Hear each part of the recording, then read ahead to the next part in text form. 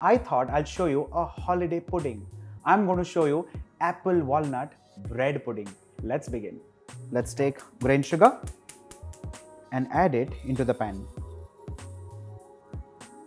Allow this to caramelize undisturbed, and while that's happening, let's quickly start dicing or slicing the apples. Well, if you realize, I've already peeled the apples and kept that in water so that the oxidization is at its least.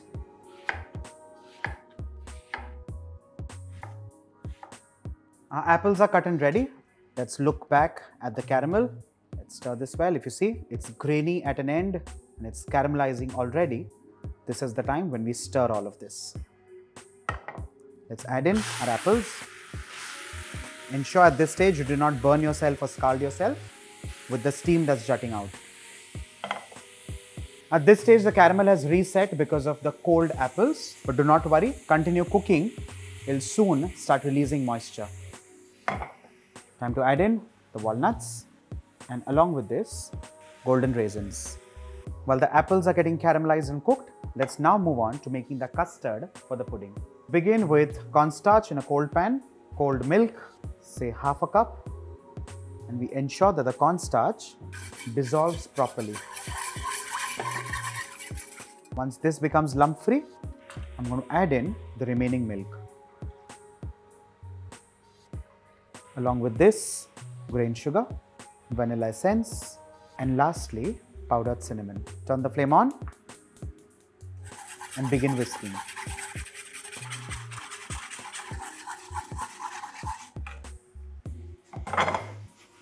Apple mixture is done and ready. Let's transfer this straight into the baking pan. Our apple, caramel, walnut, raisin mixture is done and ready. It's already in the casserole. I also have the custard mixture, which now has cornstarch, it has vanilla essence, it has cinnamon for flavor, getting cooked. Let's move on to the third component of this recipe, and that is the bread, of course. Now for this, what I like to do is, I actually create a bread butter sandwich, get the trimmings off, and then dice that and put it into the pudding. So let's do that.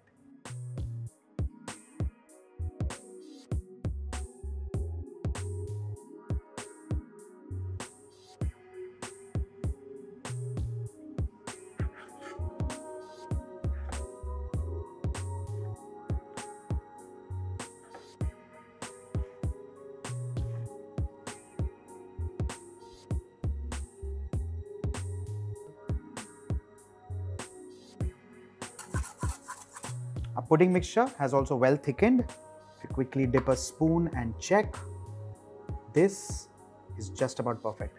Time to pour this on top of the bread.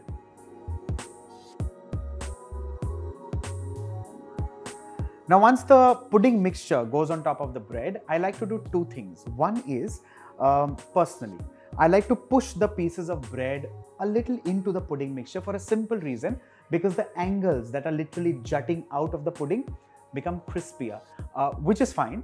But the whole idea is sometimes they also get burnt, which is kind of untoward. It gets that very different kind of a burnt mouthfeel, which I personally do not like in my puddings. And the second thing that I also do is I allow this to rest like that at room temperature for at least 15 to 20 minutes. What happens in that case is the bread absorbs all the mixture wonderfully well. You know, it gets nice and soft. The whole butter also starts leaching out. It's wonderful. Try this. Trick number 3 actually is, if you can make this custard mixture a day before, well, nothing like it. The last and the final step is now to put this into the oven at 200 degrees Celsius, 20 minutes, just about perfect.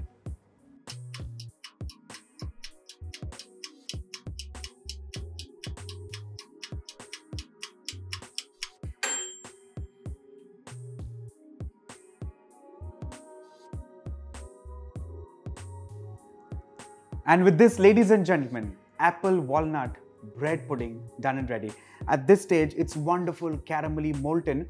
Also, when you start digging into this, you'll realize there's also a touch of salt, which is actually coming from the salted butter. If you're not a great fan of salted caramel, use unsalted butter. But what's important is, try this. Make this for family, make this for friends, have it warm, have it cold, have it room temperature. If you like a scoop of vanilla ice cream, thank me later. Bye for now.